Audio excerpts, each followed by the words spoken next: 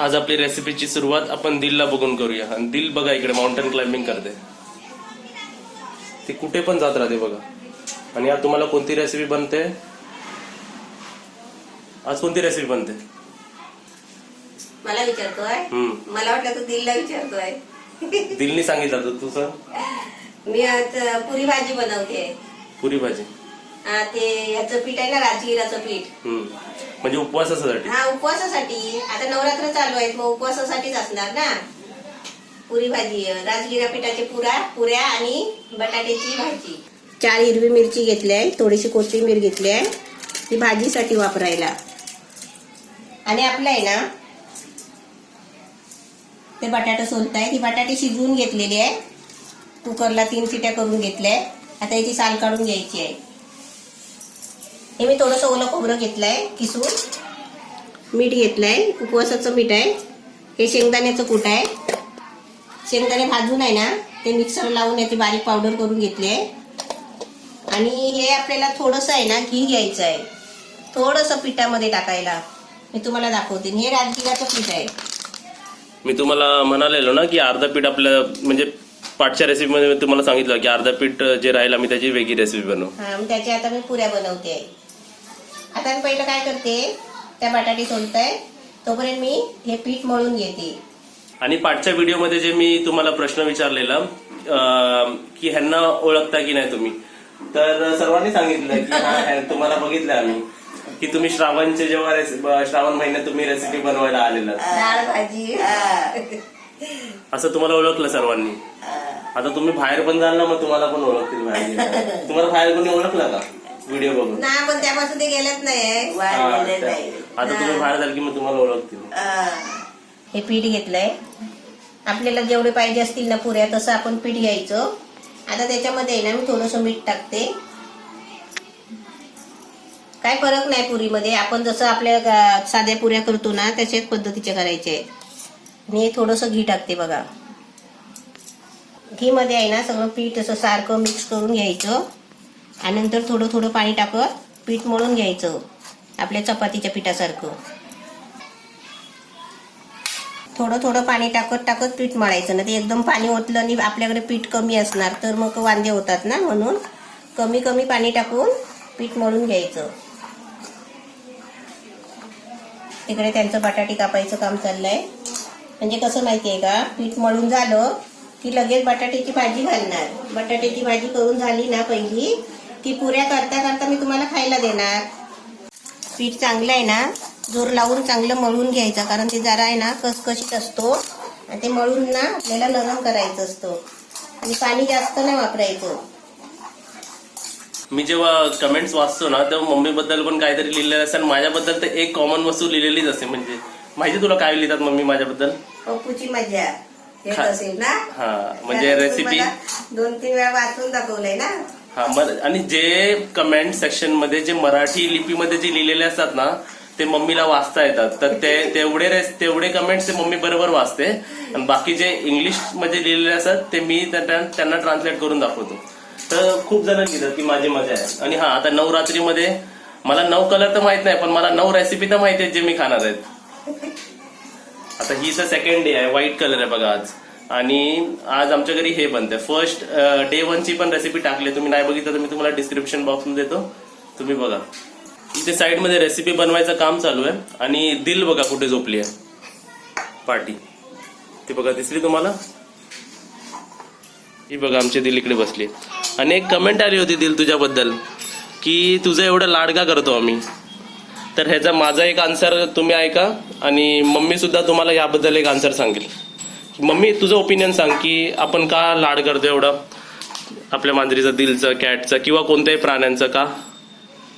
ती म्हणजे जेव्हा आली तेव्हा पण ती म्हणजे एकदम प्रेमाने आपल्या अंगाजवळ यायची, बसायची. आणि अजून काय माहितीये का, आपण जर काय असं उघडं ठेवलं ना तर त्याच्यात तोंड घालत नाही. आणि मच्छी आणली तर ती लांब उभी राहते, लांब बसते. आपण दिल्याशिवाय ती खात नाही. फक्त पाणी घेतलं ना आपण तांब्या जेवताना पाणी घेणार, ते फक्त तिला तांब्यात पाणी पाहिजे. मग तिला सेपरेट आम्ही तांब्या ठेवायला लागल्यापासून ती आमच्या पुढ्यामध्ये ते तांब्यात सुद्धा तोंड घालायला येत नाही.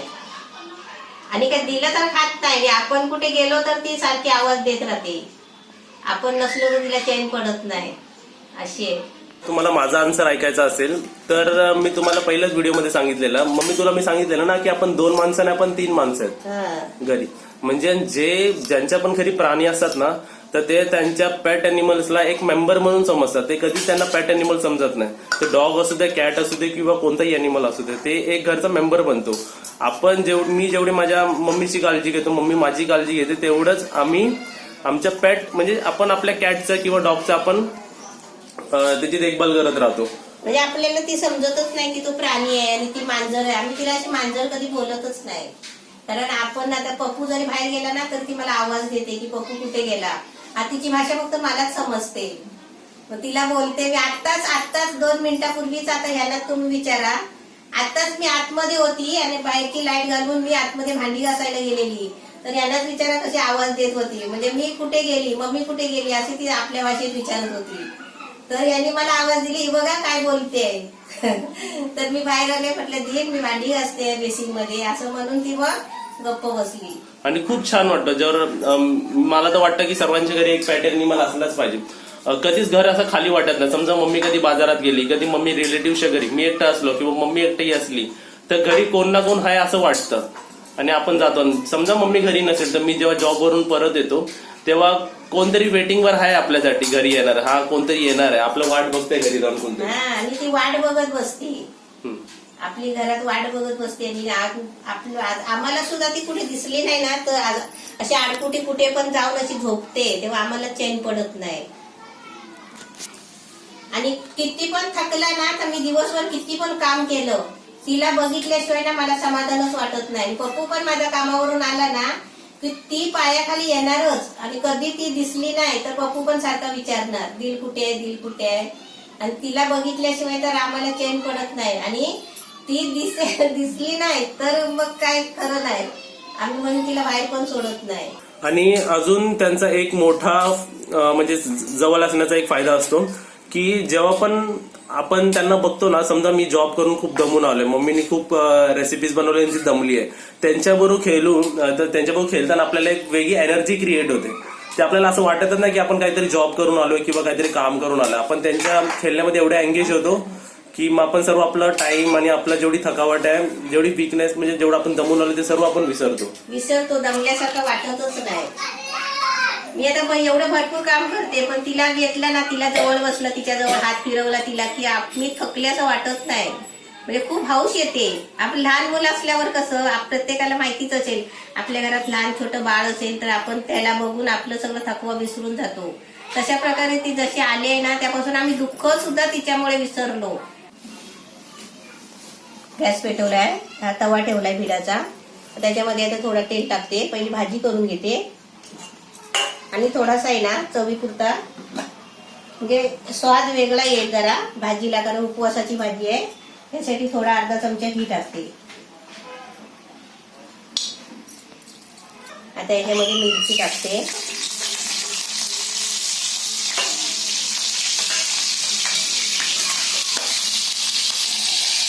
ते बी आहे ना मिरचीचं उडतो अंगावर, पटकन डोळ्यात बिल्यात जायचं. असं ताट का पकडलं तू? ते मिरची टाकले ना तेलामध्ये, ते मिरचीचे बी उठते अंगावर, त्याच्यासाठी असं ताट पकडलंय. आणि म्हणून मी पण कॅमेरा लांबच पकडलाय. हा,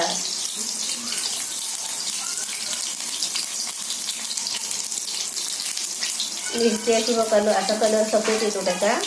अशी चांगली फ्राय झाली ना मग त्याच्यामध्ये बटाटी टाकायची.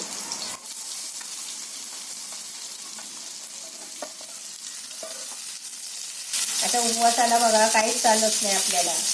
आता फक्त नाही, हळद तर अजिबात चालतच नाही. आता मी ओलं नारळाचं खोबरं घेतलंय ते टाकते, मीठ टाकते,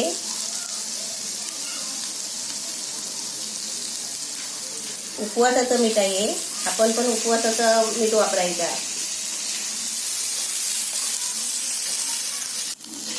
आता याच्यामध्ये शेंगदाण्याचा कूट टाकते.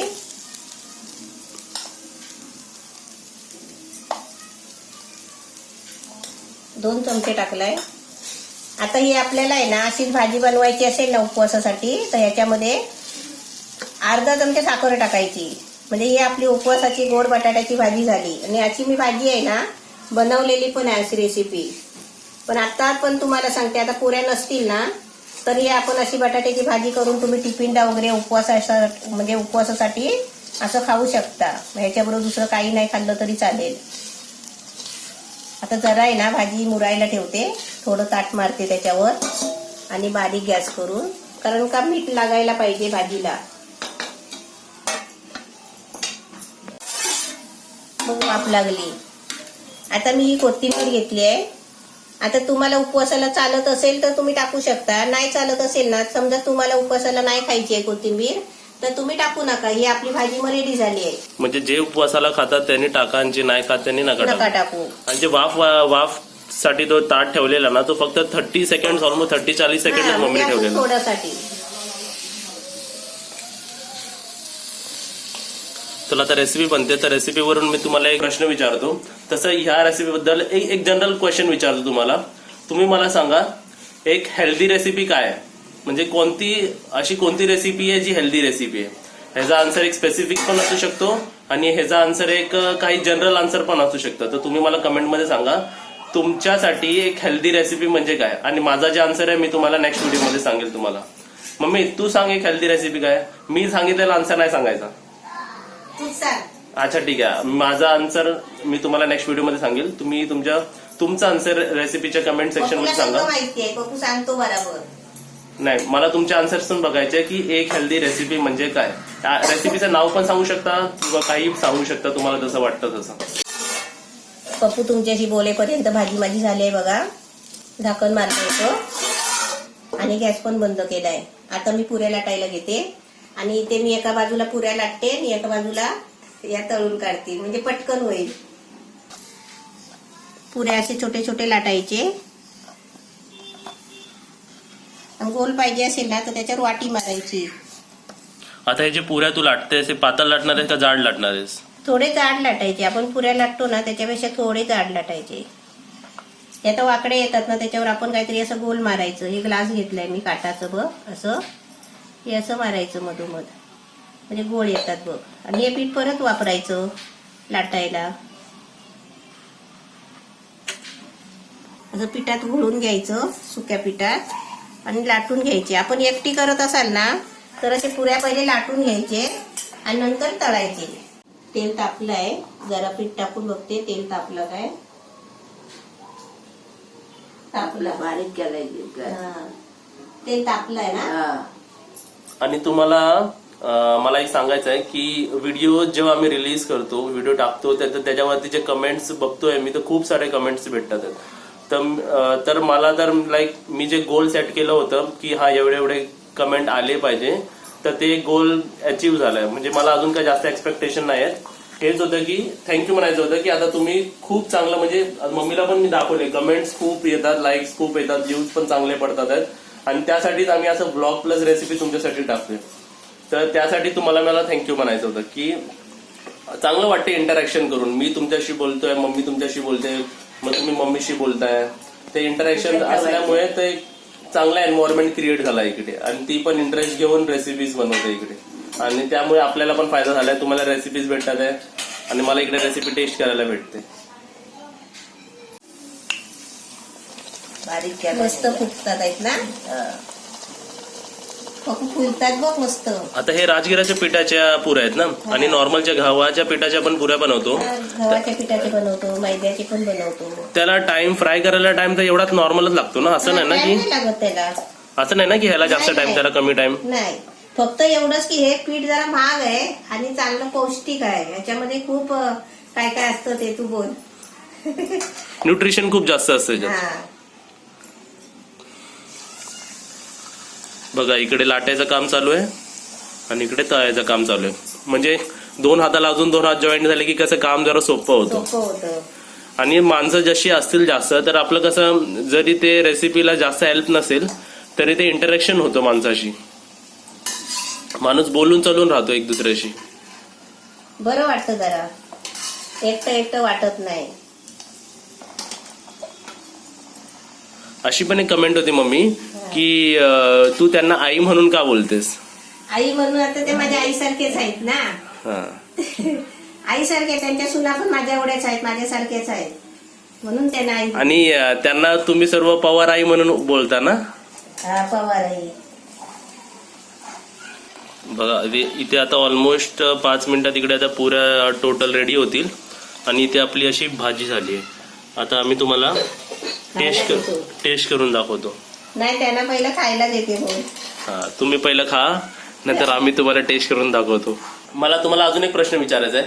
समजा काही फ्युचरमध्ये आम्ही तुम्हाला भेटलो किंवा आम्ही तुम्हाला बोलवलं किंवा मम्मी तुम्हाला भेटली नाही, किंवा तुम्ही मला बोलवलं, हा, असं पण म्हणजे काही कंडिशन मुळे आपण भेटलो, तर अशी कोणती रेसिपी आहे जी मम्मी बनवेल आणि जी तुम्हाला खायला आवडेल? म्हणजे अशी कोणती रेसिपी आहे जी तुम्ही मम्मीकडून एक्सपेक्ट करताय खाण्यासाठी? प्रत्येकाने एका सांगितले पाहिजे, असं मल्टिपल सांगू नका की आता मला बोललं तर ती व्हेज फॅमिलीमधून पण असू शकते, नॉन व्हेज फॅमिलीमधून पण असू शकते. म्हणजे हा प्रश्न असा आहे की तुम्ही मम्मीला सर्वच बनवते, नॉनव्हेज पण व्हेज पण. हा, म्हणजे मी असं विचारलं त्यांना की तुम्ही आम्हाला भेटलात किंवा मम्मीला भेटलात तर तुम्ही मम्मीचे हाताची कोणती रेसिपी तुम्हाला खायला आवडेल, हा प्रश्न. म्हणजे या व्हिडिओमध्ये मी तुम्हाला 2 प्रश्न विचारले. आपली ऑलमोस्ट तयार आहे, आता डेकोरेशन करायचं काम चालू आहे. डेकोरेशन पण करून झालं. नाही, बरोबर आहे. रेसिपीला एक प्रेझेंटेशन असेल ना, तर रेसिपी बघूनच एकदम मस्त वाटतं. आता हे तू पुऱ्या ते गोल गोल लावले आहेत, बघूनच पोट भरेल. आणि दिसायला पण एवढं छान आहे. झालं पण किती, भाजी पण किती सुंदर झाली असेल. अजून तुम्हाला मी एक सांगितलं नाही बनवता बनवता.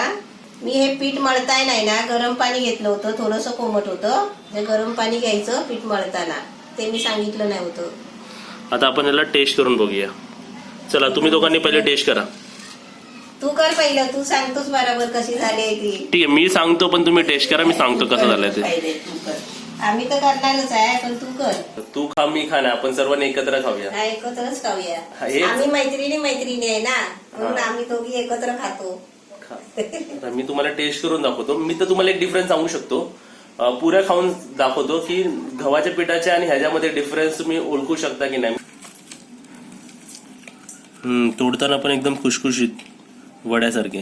हे बघा, आता हे तुम्हाला मी खाऊन दाखवतो, फक्त पुरी खाऊन दाखवतो की या राजगिराच्या पिठाच्या पुरीमध्ये आणि नॉर्मल पुरीमध्ये आपण फरक समजू शकतो का. तुम्हाला कसे वाटतात हे? एकदम मस्त.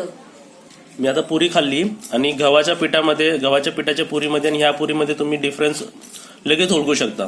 ह्याला जरा वेगळी टेस्ट लागते आणि त्या गव्हाच्या पिठाच्या पुरींना वेगळी टेस्ट लागते मम्मी. हे एकदम खुसखुशीत, आपण बटाट्याची पुरी बनवतो ना तशी पुरी लागते, एकदम खुसखुशीत वड्यासारखी. तुम्ही सांगा तुम्हाला कशी वाटते? लय चांगले वाटते, खुसखुशीत लागते, लय मजा आली खायला. भाजी कशी झाली आहे? भाजी तर लय भारी झाली. आता आपण ही भाजी टेस्ट करून बघूया. ह्याच्यात कांदा नाही, लसूण नाही, काहीच नाही, नॉर्मल आहे फक्त. ही भाजी आपण टेस्ट करूया. तुम्हाला कशी वाटली भाजी? लय मस्त. तुम्हाला भाजी कशी वाटली? लय मस्त झाली भाजी. चांगलं आहे. असं उपवासाला जर असं कोणी बनवून दिलं की चांगलं उपवास वगळायला मजा येईल. तू पकड उपास आजपासून. आमच्या घरी उपवास नाही, पण आम्ही नॉनव्हेज खात नाही. या 9 दिवसात, गणपतीत, मालवसात आम्ही काहीच म्हणजे उपवास म्हणजे असं काही उपवास करत नाही, पण आम्ही नॉनव्हेज खात नाही. एवढा डिफरन्स आहे फक्त, बस. तर रेसिपी पूर्ण तयार झाली आहे. मला तुमच्या सर्वांथ्रू एक मेसेज कन्व्हे करायचा होता. मम्मीनी काल जसं रेसिपीमध्ये सांगितलं होतं की ज्यांचा उपवास असेल, पूर्वी मम्मी तुझा जर उपवास होता तर तुला माणसं दुसरी फळं आणून द्यायची. हा, दुसरी आणून दे. आजूबाजूवाली अशी नातेवाईक माणसं पण अशी आपले ओळखीची माणसं.